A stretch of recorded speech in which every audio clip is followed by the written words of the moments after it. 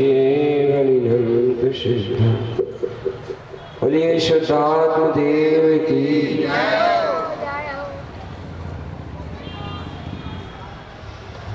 श्री गुरु तारण तरण स्वामी जी महाराज की जय। श्री मालारोहण ग्रंथ आदिराज आचार्य प्रवर श्रीमद जिन तारण तरण स्वामी जी महाराज द्वारा विरचित सम्यक दर्शन की प्रतिपादन किया है इस ग्रंथ में। सम्यक दर्शन को ही मुख्य बताया है इस ग्रंथ में। और जीवन में कल्याण सम्यक को ग्रहण करने से ही होता है। जब तक सम्यक का भान वेदन नहीं होता है तब तक जीव को सुख शांति प्राप्ति ही नहीं होती। इसलिए आचार्य भगवंतों ने कहा है सम्यक सहित नरयमी और सम्यक हीनो न चक्रियम। बगैर सम्यक दर्शन के नरकों चक्रवर्ती का पद भी ठीक नहीं है। सम्यक दर्शन के बगैर चक्रवर्ती का राजपाट वैभव मिल जाए तो भी उचित नहीं है। और अगर सम्यक सहित अगर नरकों में भी रहना पड़े तो ठीक है। इतनी महिमा है सम्यक। और आचार्य भगवंतों ने इतने यहाँ नहीं यहाँ इसके आगे ये भी कहा है प्रथमम उपदेश सम्यक दर्शनम। भक्त जीवों को पहले में पहला उपदेश सम्यक का होना चाहिए। पहले में पहले रुचि सम्यक की होना चाहिए। पहले में पहला पुरुषार्थ सम्यक का होना चाहिए। और जैसे बने वैसे सम्यक को ग्रहण कर लेना चाहिए। सम्यक दर्शन क्या चीज है भाई? सम्यक दर्शन जीव अपने शुद्ध स्वभाव को ग्रहण करे, अपने वास्तविक स्वभाव को ग्रहण करे, अपने वास्तविक स्वभाव की अनुभूति करे। अपना जो चैतन्य स्वभाव है ऐसे अपने चैतन्य स्वभाव को जाने माने अनुभव करे, इसका नाम सम्यक है। और कुछ भी नहीं है। कोई सोचे कि पंच परमेष्टि का दर्शन करे, पंच परमेष्टि मिल जाए, इसको सम्यक दर्शन कहेंगे, ये नहीं है। किसी पर परमात्मा के दर्शन का नाम सम्यक दर्शन नहीं है। पहली बात तो पर परमात्मा आंखों से दिखेगा ही नहीं। तो किसी पर परमात्मा का दर्शन हो जाए या उसका साबित मिल जाए, ये सम्यक दर्शन नहीं। सम्यक दर्शन अपना निज परमात्मा अपने को प्राप्त हो जाए और निज परमात्मा निज में ही समाया हुआ है। बस उसकी महिमा, उसका बहुमान, उसकी रुचि जो है वो सम्यक के तहत जागृत होती है। शुरू दिन से यही विषय चल रहा है पूरा। पहली बार पथरिया में सम्यक को लेकर के इतना जोर उत्पन्न हुआ है। दूसरा विषय नहीं आया चर्चा करने का, केवल ओनली सम्यक के इर्द गिर्द ही बात हो रही है। वैसा ये आप समझो ना कि जब एक ही एक बात बार बार हो रही है और उसी पर विश्लेषण किया जा रहा है तो फिर कितनी मेहनत की आवश्यकता होगी इसकी। तो बार बार बताने से क्या फायदा भैया जी? तो उसकी बार बार महत्वता सुनने से महत्वता बढ़ती है, और जब महत्वता बढ़ती है तब उसकी रुचि लगती है। ये समस्या है। जैसे टीवी पर आप देखते हैं एक ही चीज का हजारों बार विज्ञापन आता है। एक ही चीज का हजारों बार विज्ञापन आता है। उससे क्या होता है? आदमी ये सोचता है कि इतने बार विज्ञापन आ रहा है, कुछ तो होगा इसमें, चलो खरीद के देखते हैं। तो वो कहते हैं कि बार बार के विज्ञापन से उसका महत्व बढ़ जाता है, उसकी रुचि बढ़ जाती है। तो ऐसे ही हम लोगों के अंतर में अगर इस पंचम काल में मेरे हिसाब से मैं समझूं तो इस पंचम काल में अगर हम उसकी महत्वता ही लग गई है, थोड़ा गंभीरता समझिएगा, बहुत अच्छी बात है। हमें सम्यक की महत्वता ही समझ में आ गई, हमें सम्यक दर्शन का महत्व ही समझ में आ गया, हमें सम्यक का मूल ही समझ में आ गया, तो समझ लेना हमारा बहुत सारा काम बन गया। क्योंकि किसी भी चीज को पाने के पहले उसका महत्व आना चाहिए, क्योंकि महत्व आए बगैर हम उस चीज को प्राप्त नहीं कर सकते। ये सब नियम है, हम उस पर ध्यान नहीं देंगे। अगर आपके घर में हीरा रखा हो और आपका उसको महत्व ना हो, आपको उसकी महिमा ना हो, आप उसके मूल्य को नहीं जानते हैं, तो फिर क्या होगा? कथड़ी चलने के काम आएगा, है ना? जो हीरा है उसका जो प्रकाश है, हीरा मणि का जो प्रकाश है, कथड़ी चलने के काम आएगा। बात मूल्यवान वस्तु के प्राप्त होने से कुछ नहीं होता, मूल्यवान वस्तु का ज्ञान और उसका महत्व तो कुछ होता है। अब छोटे से बच्चे को आप 2000 का नोट पकड़ा दो, वो क्या समझेगा? उसे उसका महत्व ही नहीं है, उसको ज्ञान ही नहीं है, उसकी वास्तविकता वो जानते ही नहीं। चॉकलेट की दुकान में जाएगा और पूरा नोट देगा और एक चॉकलेट ले आएगा। ऐसे ही हम जो अभी जो विषय हम ले रहे हैं, रुचिवाद का विषय ले रहे हैं। सवेरे भी रुचि का विषय लिया था, अभी थोड़ा सा उसको और गहराई से ले रहे हैं। हमारी रुचि में, हमारी जिज्ञासा में उसकी महत्वता जिस तरीके से आना चाहिए उस तरीके से नहीं आ रही। और जबकि मूल पुरुषार्थ है वो, मूल साधना है वो हमारे मूल यानी हमारे लिए महत्वपूर्ण पुरुषार्थ की रुचि की बात है। हमें और अन्य चीजों का महत्व तो आ जाएगा, और आ जाएगा, सहज आ जाएगा, अपने आप आ जाएगा। बाहर की क्रियाओं का महत्व आ जाएगा, पुण्य के कार्यों का महत्व आ जाएगा।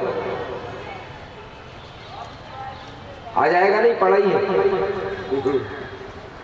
महत्व आ जाएगा, और पढ़ाई है महत्व। और मैं ये कहना चाह रहा हूँ कि अभी एक जिज्ञासु ने मेरे से प्रश्न किया ना कि भैया आप जो सम्यक की बात बताते हैं सुनने में बहुत अच्छी लगती है, मगर हमारे अंतरंग से उस चीज को लेकर के कोई यीशु तैयार नहीं होता। हमारे अंतरंग में उस चीज को लेकर के कोई हुआ पोई नहीं होती, कोई खलबली नहीं मचती। तो मैंने उससे पूछा कि आपको खलबली नहीं मचती, कैसी खलबली नहीं मचती? तो ऐसे बोले जैसे अगर हमारे घर में हमसे हमारे पिताजी ये कह दें कि हम तुम्हें बिल्कुल कोई भी हिस्सा नहीं देंगे, बिगड़ हिस्सा के तुम्हें घर से निकाल देंगे, तो हमें खलबली मचेगी, बहुत हुआ वो मचेगा अंदर ही अंदर की क्यों नहीं दिया जा रहा हमारा भाग, हमें क्यों नहीं दिया जा रहा, हमारा अधिकार हमसे क्यों छुड़ाया जा रहा। इस तरह की खलबली नहीं मचती। जिज्ञासु की जो बात हमने बताई थी ना, उसको खलबली मची थी। उसको जो है अंतर आत्मा से एक उफान जैसा उत्पन्न हुआ था। दूध जब तक उफान नहीं लेता ना, जब तक अपन उससे उतारते भी नहीं गैस के ऊपर से। जब वो उफान ले लेता है तब गैस पे से उतार देते हैं। ठीक इसी प्रकार ये परिणति उफान ले लेगी, हमारा काम बन गया। उफान नहीं आने का कारण क्या है? उफान नहीं आने के कारण उसकी महत्वता नहीं है हमारे दिल में। हमारे दिल में ये बाहर की जो कलश है, पूजा पाठ है, नियम है, व्रत है, 16 है, सब जिस दिन का महत्व है बहुत ज्यादा है, अति ज्यादा है। एक बात बताएं, बोलो बताएं नहीं बताएं? सब लोग पूछे जो बताएंगे। अगर आपके जीवन में इन सब चीजों का महत्व पकड़ है ना, तो आप सम्यक दर्शन से बहुत दूर जा रहे हैं। सम्यक दर्शन स्वानुभूति से बहुत दूर जा रहे हैं। फिर से बोलूं एक बार और, आप सुन नहीं रहे मेरी बात। अगर आपको इन चीजों का महत्व है, पकड़ है, बहुत भारी मान्यता है, तो आप स्वानुभूति से कोसों दूर जा रहे हैं, सम्यक से कोसों दूर जा रहे हैं। आपकी पुण्य की क्रिया, पुण्य के परिणाम, पाप की क्रिया, पाप के परिणाम में आपकी जो महत्वता नाम की शक्ति है वो खर्च हो रही है। इससे बहुत बड़ा पतन हो जाएगा, बहुत बड़े ठगा जाओगे चेतन। क्योंकि सब कुछ करने के बाद भी कुछ नहीं मिलेगा तो बाद में कहोगे, सब कुछ मिलने के बाद भी सब कुछ करने के बाद भी कुछ नहीं मिलेगा तो अपने आप से ठगा के कहोगे कि हमने तो अच्छे के लिए किया था, अपने कल्याण के लिए किया था, सुख पाने के लिए किया था, मगर दुख मिला। फिर अपने आप से ही कहोगे कि ठगा गए हम तो। बात आत्मा में एक महत्व देने की शक्ति है। आत्मा में एक ऐसी शक्ति है जो विषय को बहुत भारीभूत कर देती है। फिर से सुनो एक बार और, थोड़ा सी गूढ़ चर्चा है। आत्मा में एक ऐसी शक्ति है जो किसी भी विषय को बहुत भारीभूत कर सकती है, महत्वपूर्ण कर सकती है, इष्ट बना सकती है। अब वो ही शक्ति अगर किसी और वस्तु को इष्ट और महत्वपूर्ण बनाई हो, अगर महत्वपूर्ण कर दिया हो किसी भी दूसरे पहलू को, तो फिर जो मूल चीज है उसको पाना असंभव है। सबके शरीर में जितने भी इंद्रियां हैं सबके काम अलग हैं। जो काम आंख कर सकती है वो नाक नहीं कर सकती, और जो नाक कर सकती है वो कान नहीं कर सकता। ऐसे ही जैसे शरीर में अलग अलग स्थान है ना, ऐसे आत्मा में अलग अलग प्रकार के गुण हैं। एक गुण ऐसा है जिसका नाम दर्शन गुण है। वो दर्शन शक्ति, वो दर्शन गुण केवल उसका काम रहता है वस्तु को हाईलाइट करना, महत्वपूर्ण बनाना, श्रद्धेय बना लेना, उसकी मानता कर लेना, उसका नाम है दर्शन गुण। अब वो दर्शन गुण जो है जिसको हाईलाइट करता है, जिसको महत्वपूर्ण करता है, जिसको श्रद्धेय बनाता है, जिसको भारी भूत तरीके से मान्यता दे देता है, वो है उसकी शक्ति जिस वस्तु को महत्वपूर्ण करती है, रुचि भी उसकी होती है, लगन भी उसकी होती है और कार्य भी उसका ही करता है। जी श्री बार बार प्रेरणा दे रहे हैं। इतनी बात सुनकर तो लगा होगा, कुछ दिल में तो लगा होगा कि नहीं भैया ये कोई बहुत बड़ी चीज है जिसके लिए बार बार ठोका जा रहा है।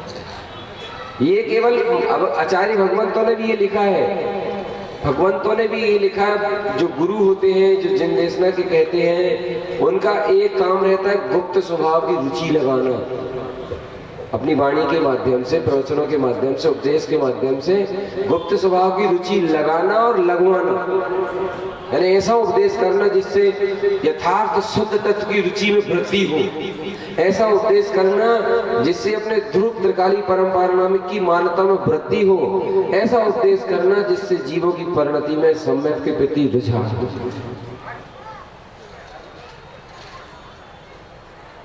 मैं जिज्ञासु का समाधान दे रहा हूँ। जिज्ञासु ने मुझसे ये पूछा कि इतनी बड़ी विशेष बात है ये, फिर ये अंदर से ऐसा बवाल टाइप का क्यों नहीं होता है इसको लेकर के? महत्व तो नहीं है इस चीज का, कुछ समझ ही नहीं रहे हम इस चीज को। सुन तो रहे हैं, हाँ ठीक है, हाँ ठीक है, सुन रहे हैं, समझ रहे हैं, अच्छा भी समझ रहे हैं, किंतु हम उस चीज के, हमारे अंतरात्मा में जो एक क्वालिटी बनना चाहिए उस चीज को लेकर के, वो नहीं बन पाई। जैसे जी आयोजन हो रहा है ना, ये आयोजन देखो, मैं उदाहरण बता रहा हूँ, जैसे आयोजन हो रहा है तो जो कुछ लोग इसमें सुन रहे हैं, चारों दिन से, तीनों दिन से अटेंड किए हुए हैं लगातार शुरू से ही, ये इसके पहले भी आए, तो उनके मन में दिनों दिन इस चीज की क्वालिटी बन रही है, यार ये बहुत अच्छा कार्यक्रम है, अपने को भी करना चाहिए। अब मान लो उनकी उतनी आर्थिक रूप से परिस्थिति नहीं है कदाचित, तो भी उनके अंदर वो बार बार भाव बन रहा है, वो पिंच मार रहा है उसको अंदर से कि अपने को कराना चाहिए। फिर उनका मन कहेगा क्यों कराना चाहिए, इससे क्या मिलेगा? कह लगे यार कम से कम अपने को अनुमोदना का फल तो मिले। जो महत्वपूर्ण चीज यहाँ दर्शाई जाती है, वो महत्वपूर्ण सम्यक रूपी ज्योति अपने में नहीं जल पाई, तो कम से कम उसकी अनुमोदना तो कर लेंगे, आज नहीं तो कल वो तो जलेगी जलेगी। अनुमोदना करने का सौभाग्य तो मिल जाएगा, अनुमोदना करने से वो चीज प्राप्त हो जाएगी। हाँ भाई साहब, उसके रास्ते सुगम हो जाते हैं, उसको प्राप्त करने के मार्ग सरल हो जाते हैं अनुमोदना करने से। कम से कम इतने जीव सुनेंगे, शुद्ध भगवान की वाणी सुनेंगे, जिनेंद्र देव की देशना सुनेंगे, शुद्धात्मा की रुचि लगेगी, जगेगी उनके अंदर में, भैया अनुमोदना तो अपनी मिलेगी ना, क्योंकि अपन तन मन धन से सहयोगी बनेंगे। तो बस ये जो आपकी अनुमोदना होगी ना, इस अनुमोदना से अपने अंतर स्वरूप में जो जाने के मार्ग नहीं बन पा रहे हैं, अंतर में उतरने का जो क्रम नहीं बन पा रहा है, उस तत्व की अनुभूति के लिए जो वो क्वालिटी नहीं बन पा रही है, सुन रहे हैं मेरी बात करें, वो क्वालिटी बन जाएगी। इसे मैं उदाहरण कई बार देता हूँ, मगर आज उसको और अच्छे से समझाता हूँ। सीता जी के नाम का जो धनुष धरा था स्वयंवर में, वो स्वयंवर का धनुष हजारों लोगों से, इतने सारे राजा महाराजा सम्राट बाहुबली आए थे, क्यों नहीं तोड़ पाए थे? क्योंकि वो धनुष का तोड़ना यानी सीता के करीब होना है।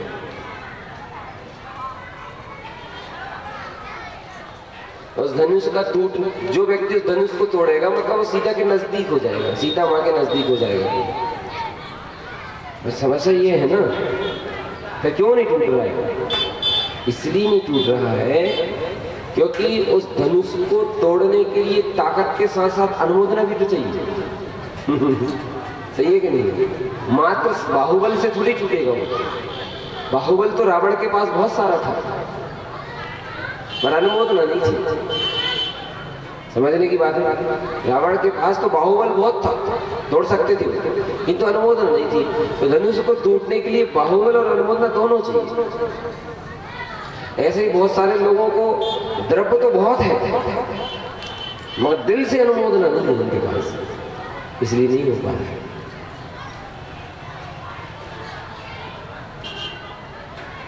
संयोग तो बहुत अच्छा मिला है, निमित्त तो बहुत अच्छे मिले हैं, साधन तो बहुत अच्छे मिले हैं सत्संग के, समागम के, स्वरूप में उतरने के, मगर वो अनुमोदना शायद उनके पल्ले में नहीं मिले, इसलिए काम नहीं हो रहा है।